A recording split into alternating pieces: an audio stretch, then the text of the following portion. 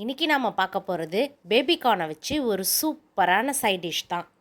தோசை சப்பாத்தின்னு எந்த tiffin item கூடவும், லெமன் ரைஸ் கர்ட் ரைஸ்னு லன்ச் ஐட்டம் கூடவும் சேர்த்து சாப்பிடலாம்.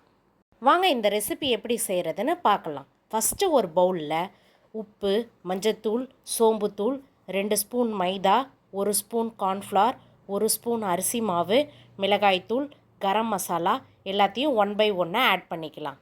ஆட் பண்ண மசாலாவில் கொஞ்சம் கொஞ்சமாக தண்ணியை சேர்த்து அதை இட்லி மாவு பதத்துக்கு கரைச்சிடலாம். இப்போ நாம் கரைச்சி வச்சுருக்க பேட்டர் ரெடி ஆகிடுச்சு. இப்போ நாம் இதில் கட் பண்ண பொட்டேட்டோவையும் பேபிகார்னையும் ரெண்டுத்தையும் போட்டு நல்லா மிக்ஸ் பண்ணி ஒரு 10 நிமிஷம் ஊற விட்டுடலாம்.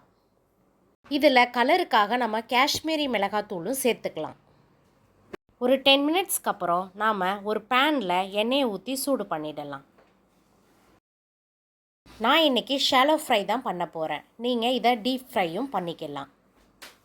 எண்ணெய் சூடானதும் நாம் ப்ரிப்பேர் பண்ணி வச்சுருக்க பேபிகார்னையும் பொட்டேட்டோவையும் 1 by 1 ஆட் பண்ணி பொரிச்சிடலாம்.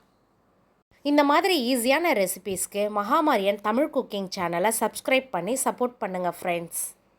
நம்மளோட குக்கிங் எல்லாமே ரொம்ப ஈஸியாகவும் பிகினர்ஸ்க்கு ரொம்ப ஃப்ரெண்ட்லியாகவும் இருக்கும். நீங்களும் ஈஸியாக இந்த மாதிரி ரெசிபீஸை வீட்டிலே செஞ்சு சாப்பிடலாம். இப்போ நம்ம ஃப்ரை பண்ணதை எடுத்து வச்சிடலாம். மறுபடியும் அதே பேனில் 1 ஸ்பூன் எண்ணெயை ஊற்றி வெங்காயத்தை போட்டு வதக்கிடலாம். வெங்காயம் ஓரளவுக்கு நல்லா வதங்கினதுக்கப்புறம் நாம் க்யூபாக கட் பண்ணி வச்சுருக்க வெங்காயத்தையும் குடமிளகாயும் கருவேப்பிலையும் சேர்த்து வதக்கிடலாம். அது கூடவே கொஞ்சம் உப்பையும் சேர்த்து வதக்கிக்கலாம். இப்போ நம்ம ஆட் பண்ண வெங்காயமும் கேப்சிகமும் க்ரன்ச்சியாக தான் இருக்கணும். அப்போது தான் இந்த ரெசிபி டேஸ்டியாக இருக்கும். ஃபைனலாக இப்போ இதில் 1 ஸ்பூன் சோயா சாஸை ஆட் பண்ணிடலாம். சோயா சாஸ் ஆட் பண்ணி மிக்ஸ் பண்ணதுக்கப்புறம் நாம் இதில் 1 ஸ்பூனு டொமேட்டோ சாஸையும் சேர்த்து தண்ணியை ஊற்றி ஒரு கொதி விட்டுடலாம்.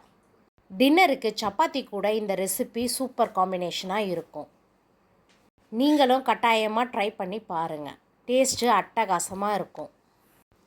இப்போது ஒரு கொதி வந்ததுக்கப்புறம் நாம் ஃபைனலாக பொரிச்சு வச்சுருக்க பேபிகார்ன் அண்ட் பொட்டேட்டோவை சேர்த்து நல்லா மிக்ஸ் பண்ணிடலாம்.